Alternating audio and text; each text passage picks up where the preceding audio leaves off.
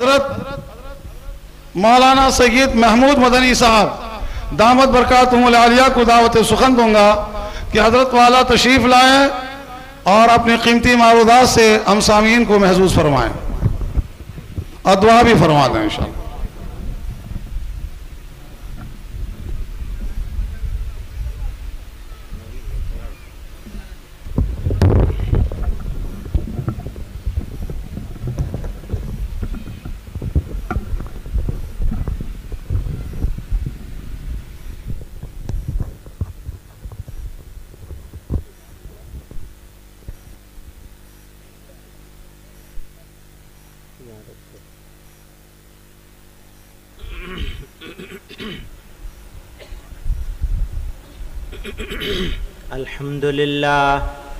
अल्हम्दुलिल्लाह नहमदुहु व नस्तईनुहु व नस्तगफिरुहु व नु'मिनु बिही व नतवक्कलु अलैहि व नऊज़ु बिल्लाहि मिन शुरूरि अनफुसिना व मिन सय्यिआति अमालिना मन यहदिहिल्लाहु फला मुदिल्ल लहु व मन युद्लिल फला हादिय लहु वनशहदु अल्ला इलाहा इल्लल्लाहु वहदहु ला शरीका लहु वनशहदु अन्न सय्यदना व मौलाना मुहम्मदन अब्दुहु व रसूलुहु सल्लल्लाहु तआला अलैहि व अला आलिहि व सहबिहि व बारक व सल्लम।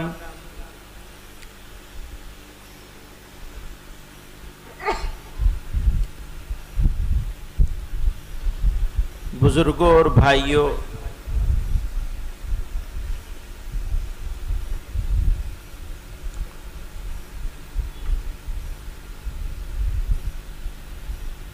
लोग बहुत सारी बातें कहते हैं,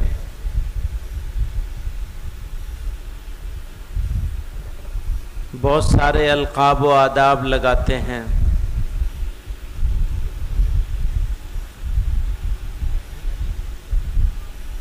और अक्सर ऐसा होता है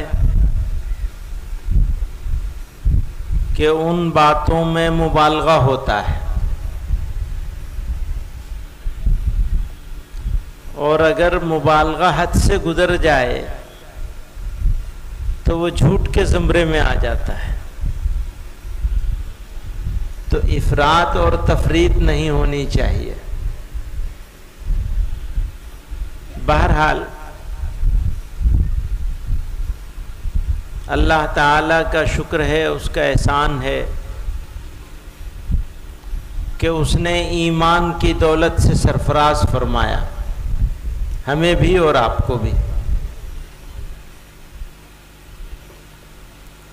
और ये रिश्ता अटूट होता है, इसको बंद कर दो वरना और कीड़े आएंगे। ये रिश्ता अटूट होता है, यानी ईमान हमारा रहेगा और आपका भी रहेगा, तो ये ईमानी रिश्ता हमारे बीच में बाकी रहेगा। फिर कहीं भी हो, कभी कहीं भी हो, कभी भी हो या ना हो, रिश्ता बाकी रहेगा। और खुदा न खास्ता हम में से किसी के ईमान को खतरा हो गया, छूट गया, जिसका बहुत खतरा है, खुदा न खास्ता ईमान रहा नहीं या मौत के वक्त ईमान न रहा,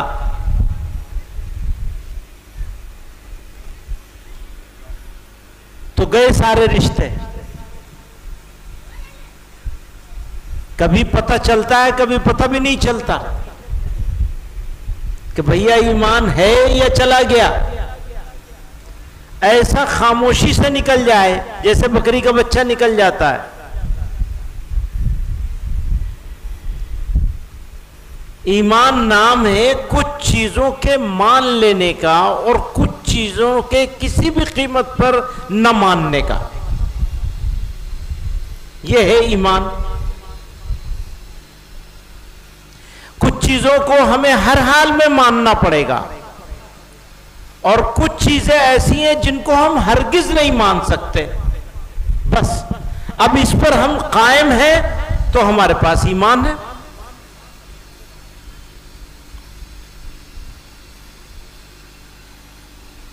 हमारी वालिदा जब हमसे खफा होती थी तो गाली नहीं बकती थी, कभी गाली नहीं बकी उन्होंने हमें, कभी कुत्ता कमीना बदमाश कुछ नहीं कहा। बस ये कहती थी पढ़े न लिखे नाम मोहम्मद फाजिल,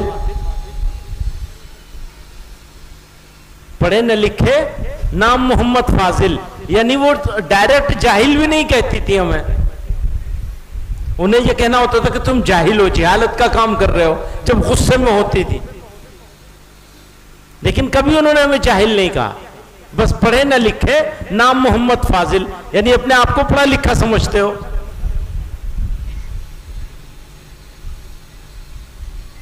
तो ईमान कुछ चीजों के मान लेने का नाम है और कुछ चीजों के न मानने का नाम है। किसी के नाम हो जाने से, किसी के घर में पैदा हो जाने से आदमी मुसलमान नहीं होता। मानना पड़ेगा आपको कि अल्लाह एक है, वो एक है और उसका कोई साझी और शरीक नहीं, ये मानना पड़ेगा।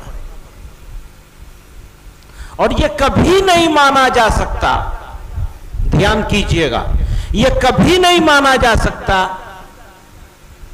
कि ताकत उसके अलावा किसी और की भी है या उसको किसी के ताउन की, असिस्टेंस की जरूरत है। अकेला है वो और सारी ताकतें बस उसी के पास हैं। उसको जरूरत नहीं है कि उसका कोई सपोर्टर हो, उसका कोई वजीर हो, उसका कोई साझी हो, नहीं हो सकता। अगर कोई खुदा ऐसा होता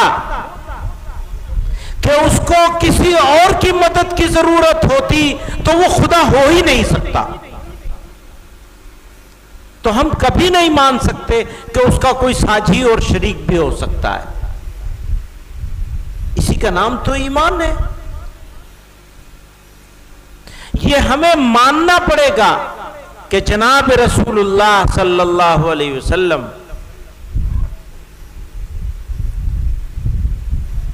अल्लाह ताला के महबूब हैं, उसके बंदे हैं और उसके नबी हैं। ये मानना पड़ेगा। और ये कभी नहीं माना जा सकता कि आपके बाद कोई नबी आने वाला है, आप पर नबूवत मुकम्मल हो गई। बस ये समझना भी है, समझाना भी है। हमें यह मानना पड़ेगा कि आप नबी हैं, आखिरी नबी हैं और आपके बाद कोई नबी आने वाला नहीं है, नबूवत की तकमील हो गई। अब तो बस क़यामत आएगी और क़यामत का इंतजाम शुरू हो गया है। पैगंबर अलैहिस्सलातु वस्सलाम की आमद से ही शुरू हो गया। बस आपके ऊपर नबूवत की तकमील हो गई, अब तो बस क़यामत आएगी। कोई नबी नहीं आएगा, कभी नहीं मान सकते।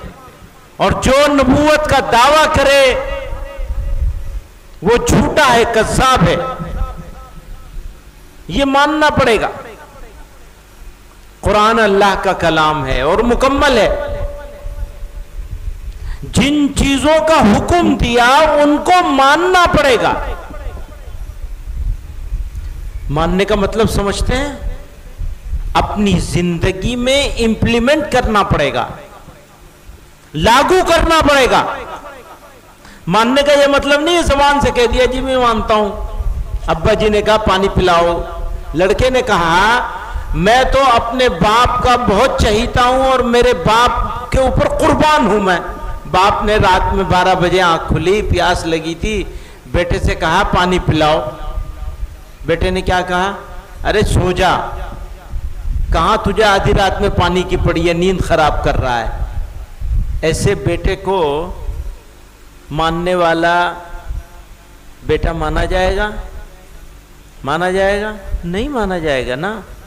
कैसे तुम ये दावा कर सकते हो कि मैं अपने बाप की ऐसा खिदमत करता हूं, वैसी खिदमत करता हूं? नहीं माना जाएगा।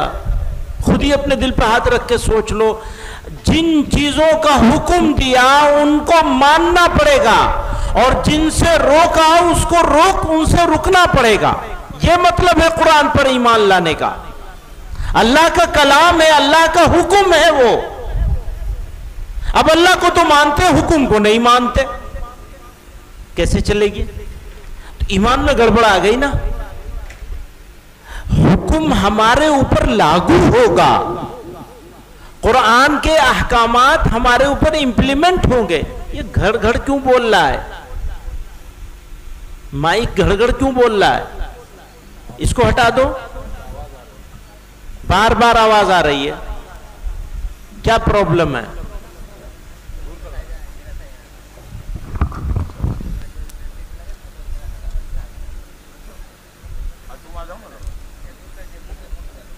ये गड़बड़ है। तो मैंने तो दूर ही रखा हुआ था, वो सर जी आए और उसको करीब करके चले गए। मैं क्या बोलूं? डॉक्टर के हाथ में ही तो होती है गर्दन। आजकल के डॉक्टर भी डाकू बन गए हैं। सब नहीं, कोई कोई। इसलिए क्या कोई डॉक्टर साहब बैठे होंगे, कहेंगे डॉक्टरों के खिलाफ बोल के चले गए। तो कुरान अल्लाह का कलाम है भाई, और वो कलाम हिदायत है। उससे हमें और आपको अपनी जिंदगी में हिदायत मिलती है। और इंसान के लिए हिदायत से बड़ी नेमत कुछ हो नहीं सकती। जरा तसव्वुर कीजिए, इंसान अशरफुल मखलूकात हो क्यों गया? नहीं होना चाहिए था उसे अशरफुल मखलूकात। फरिश्ते भी अशरफुल मखलूकात नहीं है, इंसान अशरफुल मखलूकात है। कि उसको यह इख्तियार है कि माने या ना माने। फरिश्तों को यह इख्तियार नहीं है, बस जो अल्लाह ने हुक्म कर दिया उसको उन्हें पूरा करना है। नहीं मानने का इख्तियार किसके पास है? इंसान के पास है। मानेगा तो अशरफुल मखलूकात, नहीं मानेगा तो अर्ज़लुल मखलूकात, मखलूकात में सबसे निचले दर्जे पर पहुंच जाएगा। मानने वाला होगा। अब हम जानने वाले तो हैं, मानने वाले नहीं है। इंप्लीमेंट नहीं किया। अगर इंप्लीमेंट करते तो गुस्सा कर रहे होते। अगर इंप्लीमेंट करते तो अपनी बहनों का हक मार रहे होते। फला फला फला बहुत सारी बातें हैं, टाइम वेस्ट ना करूं आपका। तो कुरान मानना पड़ेगा और यह भी मानना पड़ेगा कि यह मुकम्मल है। कोई बंदा यह कहता है कि जी कुरान तो मुकम्मल है, लेकिन अभी कुछ आयतें कोई इमाम साहब लेके आने वाले हैं, पूरा नहीं है ये। ईमान बचेगा, चला जाएगा। एक हर्फ, एक जबर, एक जेर, कोई फर्क नहीं है। हमारा कुरान जनाब रसूलुल्लाह सल्लल्लाहु अलैहि वसल्लम के वास्ते से अल्लाह ताला ने हम तक पहुंचा दिया। यह मुकम्मल है,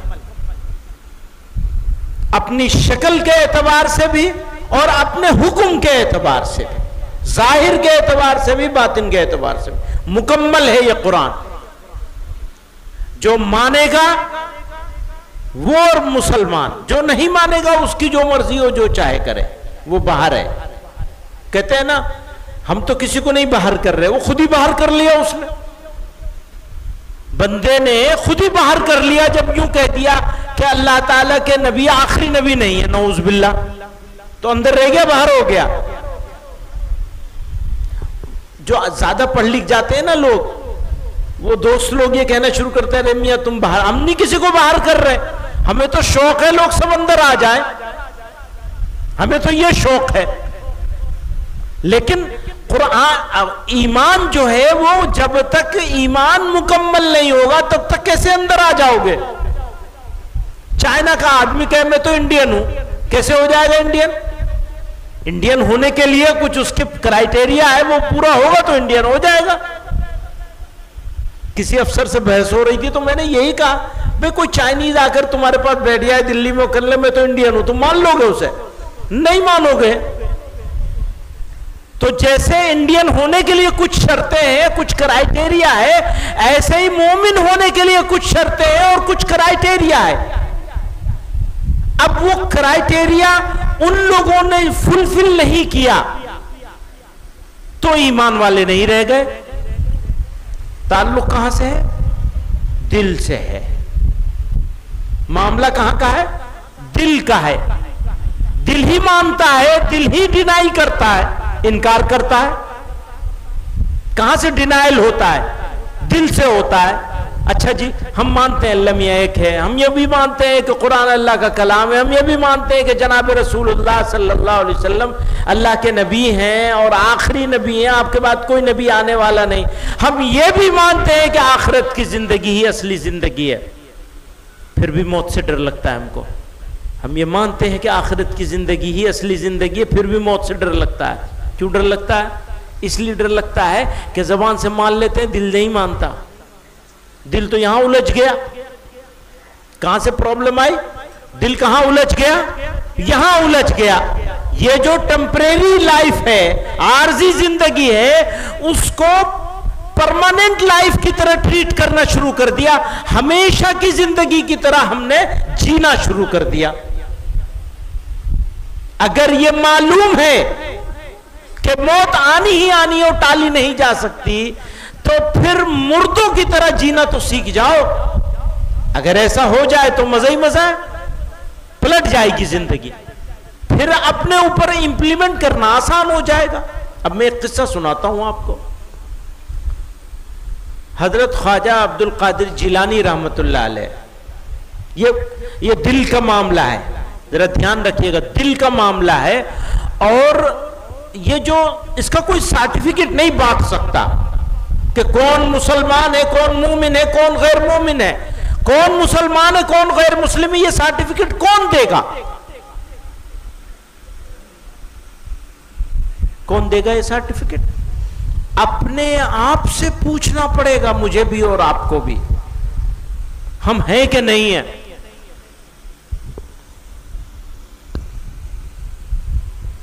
पता नहीं किसी जगह था, मैं कोई साहब कह रहे थे दस्तरखान पे बैठे हुए कि हम लोग बाई चॉइस मुस्लिम नहीं है, बाई चांस मुस्लिम है। मैंने कहा भाई बात तो तुम्हारी बिल्कुल सही है, बाई चांस मुस्लिम है, मुसलमान घर में पैदा हो गए, अल्लाह की मेहरबानी है, ये भी तो उसने बाई चांस मुस्लिम बना दिया। पर उसने तो बाई चांस मुस्लिम बनाया, काश हम बाई चॉइस मुस्लिम हो जाए, हम इख्तियार कर लें इस्लाम को, इम्ब्रेस कर लें, अपने आप से इस्लाम से लिपट जाए, अपनी जिंदगी में इस्लाम को राइज कर ले, तो है ना मजा। अभी तो इस्लाम को बोझ की तरह ढो रहे हैं, सब नहीं लेकिन बहुत सारे लोग। तो हजरत शेख अब्दुल कादिर जिलानी रहमतुल्लाह अलैह हमेशा अल्लाह के जिक्र में लगे रहते थे। तो उनके एक मुंह लगे खादिम ने पूछा, हजरत ये किस्सा क्या है, आप चाहते क्या हैं? इतने बड़े तो अल्लाह मियां के वली हो गए आप, इतने बड़े नेक हो गए, इतने लोगों को आपसे फैज़ पहुंच रहा है, आपको अब और क्या चाहिए जो हर वक्त बस अल्लाह के जिक्र में लगे हुए हैं? कहा मरते वक्त अल्लाह का नाम चाहिए, ईमान पर खातिमा चाहिए, उसकी तलाश में हूं मैं, उसकी जुस्तजू में हूं मैं, उसकी फिक्र में हूं मैं। तो ईमान मिल गया, ये चलता रहे और ये बोझ के बजाय हमारे लिए सरमाया बन जाए, है सरमाया, सरमाया ही है, ईमान बोझ नहीं हो सकता। ईमान बोझ हो रहा है तो फिर हमें अपने आप को टटोलना चाहिए और करेक्ट करना चाहिए, सही करना चाहिए,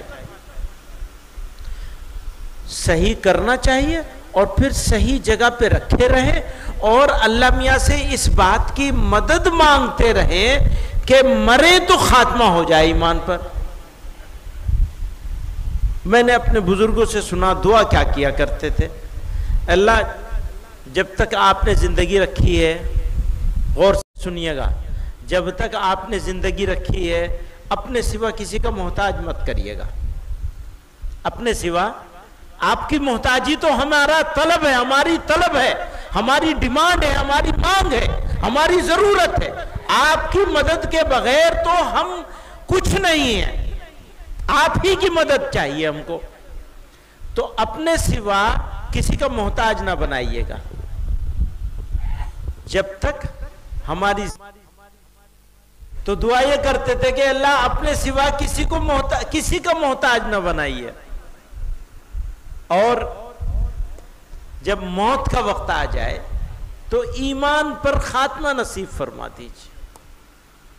हजरत थानवी रहमतुल्लाह अलैह, हजरत मौलाना अशरफ अली थानवी साहब रहमतुल्लाह अलैह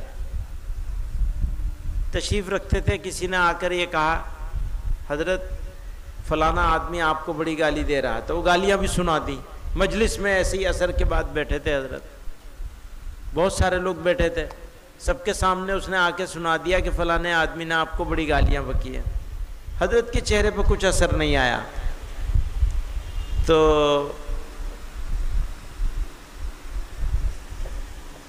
फिर फरमाया, थोड़ी देर सुकूत इख्तियार किया, फिर फरमाया, भाई अगर ईमान पर ख़ात्मा हो गया तो उसकी बात गलत, और खुदा न खास्ता ईमान पर ख़ात्मा न हुआ तो जो कुछ उसने कहा है मैं उससे भी ज़्यादा गया गुजरा हूँ।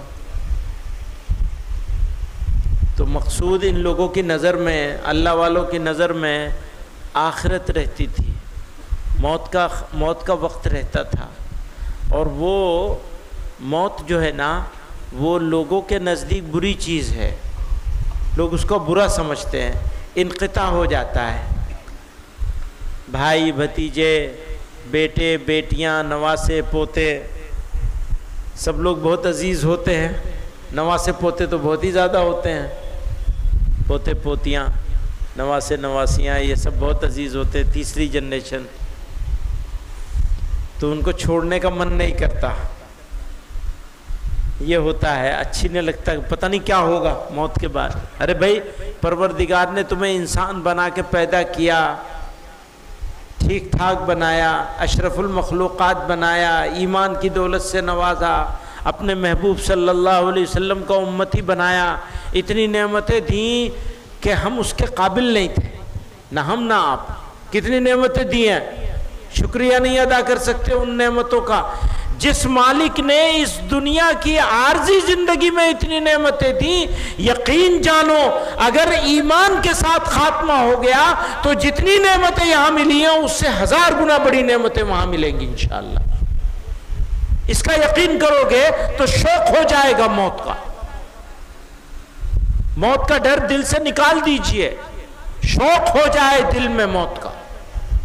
हाँ, उस मालिक के पास जाना है। हमारे हजरत का इंतकाल हुआ तो एक आदमी आया मेरे पास, कहने लगा, ये तो हजरत अब्बास ने भी कही थी ये बात। हजरत अब्बास का जब इंतकाल हुआ तो उनके साहिबजादे हजरत अब्दुल्ला के पास एक गांव के आदमी ने आके कहा था, वही बात एक आदमी ने मुझे कही थी, वो गैर मुस्लिम था।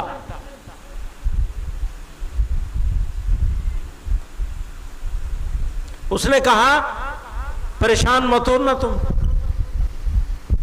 बहुत अच्छी जगह गए हो।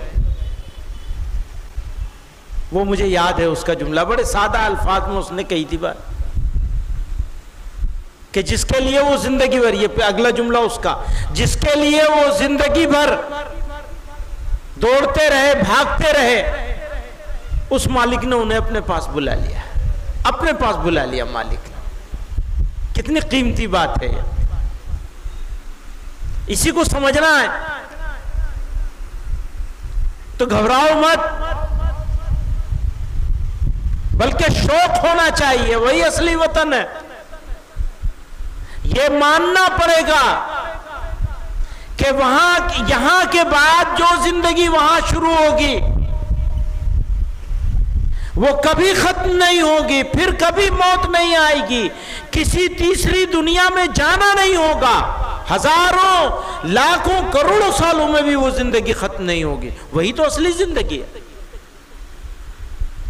कौन सी जिंदगी है असली जिंदगी है? अब ये सब सुनते हैं, सब जानते भी हैं, अच्छे से जानते हैं और सब मानते भी हैं, मानते हैं ना सब कि वही असली जिंदगी है। फिर घबराना क्या है?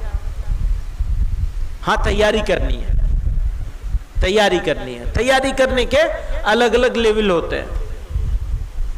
जितना लेवल बढ़ेगा उतना डर खत्म होता चला जाएगा,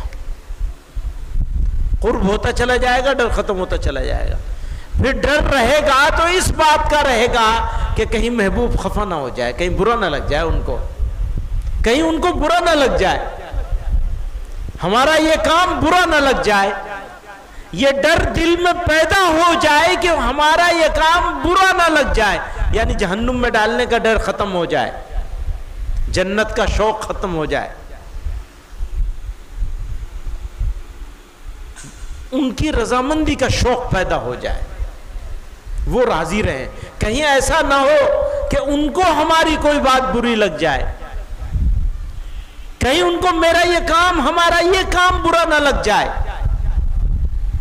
आप समझ रहे हैं, बड़ा बारीक सा फर्क है। वो खुश हो जाएंगे तो सब मिलेगा, क्या चीज रुकेगी? वो राजी हो जाए बस, बाकी तो कोई चीज रुकावट ही नहीं रहेगी। फिर कुछ उनकी रजा मकसूद हो जाए।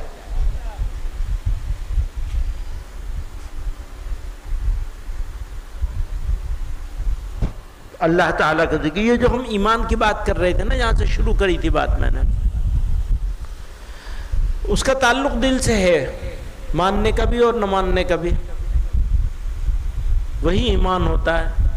फरमाया नबी अलैहिस्सलातु वस्सलाम ने, इदा सलुहत सलुहल जसदु कुल्लुहु, इदा फसदत फसदल जसदु कुल्लुहु, अला वही अल क़ल्ब। बस वही दिल है, ये सुधर गया तो पूरा जिस्म सुधर गया, यानी पूरी जिंदगी सुधर गई। और ये बिगड़ गया, फसाद आ गया तो सारी जिंदगी में बिगाड़ आ जाएगा। इदा फसदत फसदल जसदु कुल्लु, सब बिगड़ जाएगा। क्या चीज बनने से सब चीज बनती है?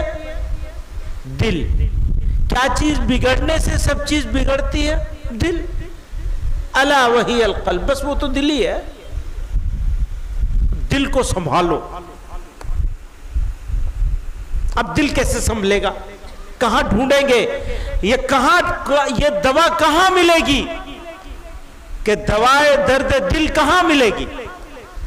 कहां ढूंढे इसे? कहां पाएंगे?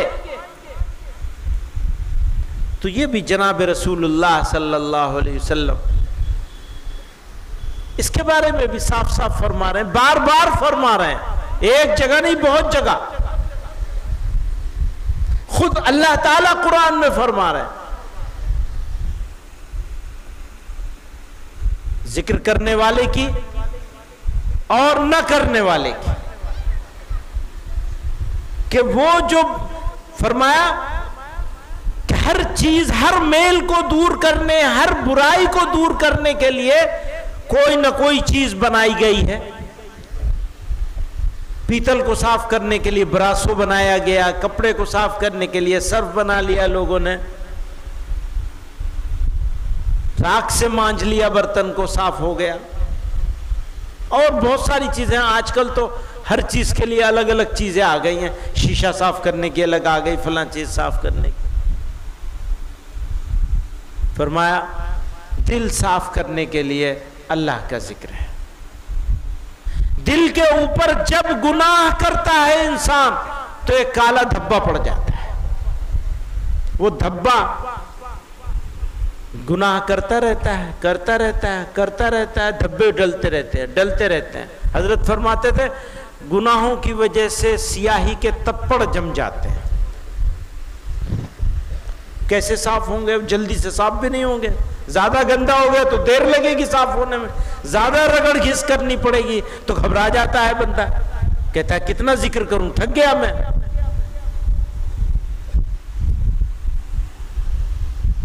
भैया जितनी बड़ी चीज लेना चाहते हो उतनी बड़ी मेहनत करनी पड़ेगी। एक तो बात यह है, और दूसरी बात यह है, इसको मेहनत क्यों समझ रहे हो, इसको शौक बनाओ अपना। ये तो जरूरत है। और जितना एहतमाम के साथ जिक्र किया जाएगा उतना ज्यादा आपको हलावत नसीब होगी ईमान की, मिठास। वो मिठाई में नहीं है जो मिठास इस जिक्र में है, अल्लाह के जिक्र में है। दोस्तों, अल्लाह ताला ने अपने फजल से बगैर मांगे, बगैर कोशिश किए हुए ईमान अता फरमा दिया। जनाब रसूलुल्लाह सल्लल्लाहु अलैहि वसल्लम का उम्मती बना दिया।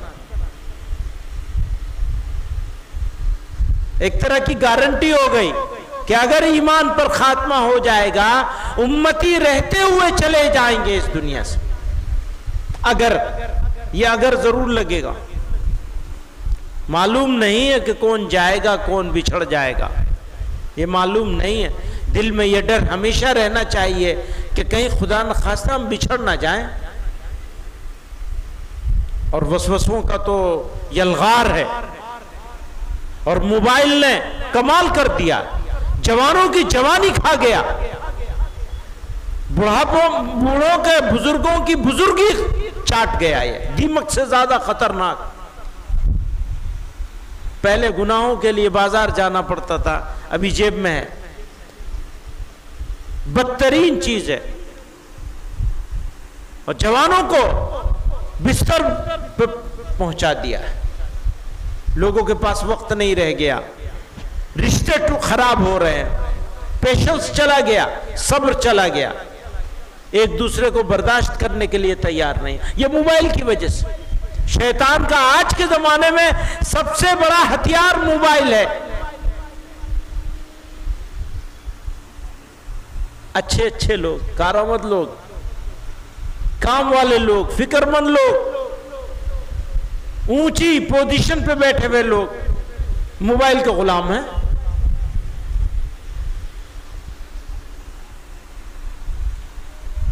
तो दोस्तों, शायद ईमान के लिए खतरा, इंसान के लिए खतरा, इंसान के दीन और दुनिया दोनों के लिए खतरा इतना कभी नहीं रहा होगा जितना आज है।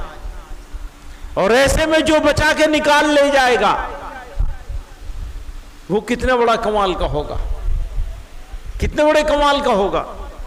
यकीन जानिए, इन हालात से जो अपने ईमान को बचा के निकाल ले जाएगा, अल्लाह ताला के यहां उसका बहुत ऊंचा मकाम होगा। क्योंकि पहले वालों ने वो फितने देखे ही नहीं जो हम लोग देख रहे हैं। बहुत मुश्किल में हम लोग, हमारे जवान भी और हमारे बुजुर्ग भी। और ऐसे में उन हालात से बचकर निकलना, उसके लिए चौकसी भी बढ़ानी पड़ेगी। जितना ज्यादा खतरा होता है उतना ज्यादा चौकस रहना पड़ता है। खतरा बढ़ गया है तो चौकसी भी बढ़ानी पड़ेगी।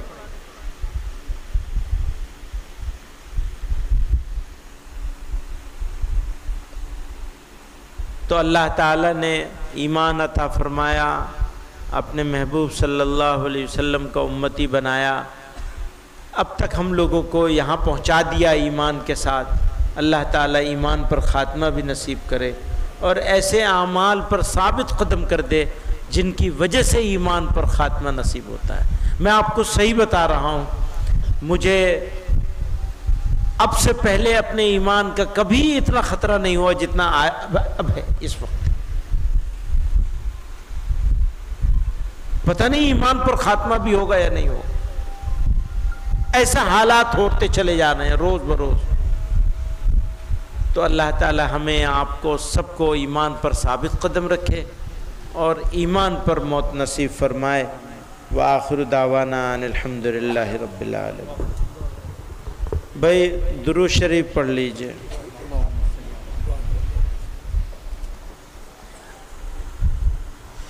अल्लाहुम्मा सल्लि अला मुहम्मद व अला आलिहि व सहबिहि व बारिक व सल्लिम कमा तुहिब्बु व तर्दा अदद मा तुहिब्बु व तर्दा। अल्लाहुम्मा रब्बना आतिना फिद दुनिया हसनतन व फिल आखिरति हसनतन व क़िना अज़ाबन्नार। अल्लाहुम्मा रब्बना ला तुज़िग़ क़ुलूबना बअद इज़ हदैतना व हब लना मिन लदुनका रहमा इन्नका अंतल वह्हाब। अल्लाहुम्मा रब्बना ज़लमना अनफुसना व इल्लम तग़फ़िर लना व तरहमना लनकूनन्न मिनल ख़ासिरीन। वाफ़ु अन्ना वग़फ़िर लना वरहमना अंत मौलाना फंसुरना अलल क़ौमिल काफ़िरीन। अल्लाह हमारे गुनाहों को माफ़ फरमा, हमारी ख़ताओं से दरगुदर फरमा। इलाहुल आलमीन हमारे हाल पर रहम फरमा। अल्लाह हमारी मुसीबतों को दूर फरमा, बीमारों को शिफा अता फरमा, कर्जदारों के कर्ज़ों की अदायगी की सबील फरमा। अल्लाह मुसीबत ज़दों की मुसीबतों को दूर फरमा। अल्लाह हमें रिज़्क़ हलाल अता फरमा। अल्लाह हमें रिज़्क़ हलाल अता फरमा। अल्लाह हमें हर तरह के हराम से बचा लीजिए। हराम देखने से, हराम सुनने से, हराम बोलने से, हराम खाने से। इलाहुल आलमीन हमको हराम सोचने से भी बचा लीजिए। ए करीम आका हमारे हाल पर रहम फरमा दीजिए, सच्ची तौबा की तौफीक अता फरमा दीजिए। ए अल्लाह हम आपके सिवा किसी के मोहताज ना हो। ए करीम आका हमारे हाल पर रहम फरमा दीजिए। अल्लाह मुसीबतों को दूर फरमा दे। अल्लाह गज़ा के लोगों के हाल पर रहम फरमा दे। अल्लाह वो बच्चे भूख से बिलक रहे हैं, अल्लाह उनको रोटी दाना हर चीज़ से महरूम है। ए करीम आका रहमत की नज़र फरमा दीजिए। अल्लाह हमारा और उनका किसी का इम्तिहान न लीजिए, हम बहुत कमज़ोर हैं। अल्लाह तेरे सिवा हमारा कोई मालिक नहीं। लोगों ने हज़ारों लाखों माबूद बनाए, एक दरवाज़ा बंद होगा दूसरे पे चले जाएंगे। इलाहुल आलमीन हमारा तो आपके सिवा कोई नहीं। अल्लाह मदद फरमा दीजिए, अल्लाह करम फरमा दीजिए। ए करीम आका आपके सिवा हमारा कोई मददगार नहीं। अल्लाह मदद फरमा दीजिए। अल्लाह अपना ग़ुलाम बना लीजिए, अपनी सच्ची मोहब्बत और कामिल ईमान अता फरमा दीजिए। ए अल्लाह हमारे हाल पर रहम फरमा दीजिए। ए अल्लाह हम जब तक हम ज़िंदा रहें किसी के मोहताज ना हों। अल्लाह आपके सिवा किसी के मोहताज ना हो। और जब मौत आए तो तेरा नाम लेते हुए चले जाएं। अल्लाह ईमान पर ख़ात्मे के फ़ैसले फरमा दीजिए। आप ही ने हमको अपने फ़ज़ल से ईमान की दौलत से नवाजा है। अल्लाह आप ही अपने फ़ज़ल से ईमान पर ख़ात्मे के फ़ैसले फरमा दीजिए। ए अल्लाह हमारी गलतियों कोताहियों से सर्फ नज़र फरमा दीजिए। अल्लाह हमने बेपनाह गुनाह किए हैं। अल्लाह हम बहुत गलतियों पर हैं अल्लाह, लेकिन आप बहुत बड़े करीम हैं, बड़े करीम हैं, बड़े रहमान हैं। अल्लाह आप बहुत रहीम हैं। अल्लाह रहम फरमा दीजिए, रहमत की नज़र फरमा दीजिए। अल्लाहुम्मा अहसिन आक़िबतना फ़िल उमूरि कुल्लिहा व अजिरना मिन ख़िज़्यि दुनिया व अज़ाबिल आखिरह। व सल्लल्लाहु तआला अला खैरि ख़ल्क़िही सय्यिदिना व मौलाना मुहम्मद व आलिहि व सहबिही अजमाइन बिरहमतिका या अरहमर राहिमीन।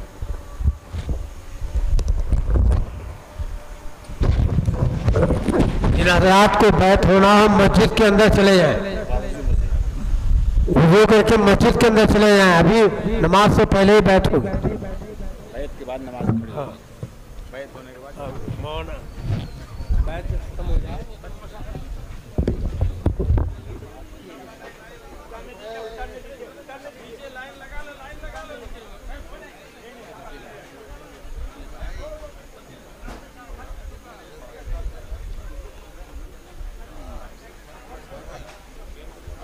दो आप सब पानी दो।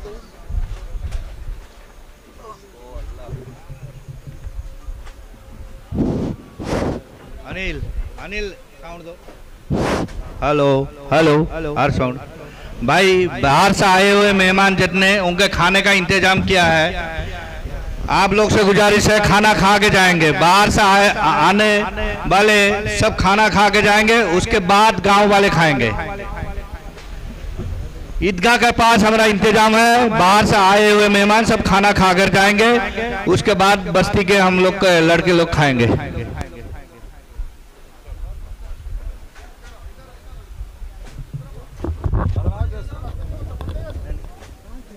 अरे बंद कर दिए क्या?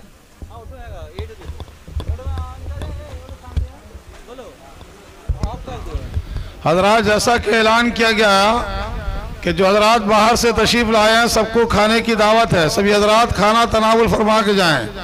उसके बाद इलाके के लोगों को इंशाअल्लाह खाने का इंतज़ाम किया जाएगा इलाके वालों के लिए। जो हजरात बाहर से तशरीफ़ लाए हैं ज़रूर भी ज़रूर खाना तनावुल फरमा के जाएँ। जद्दूपुर महल्ले की जानिब से ये दावत है, सब कबूल फरमा लें।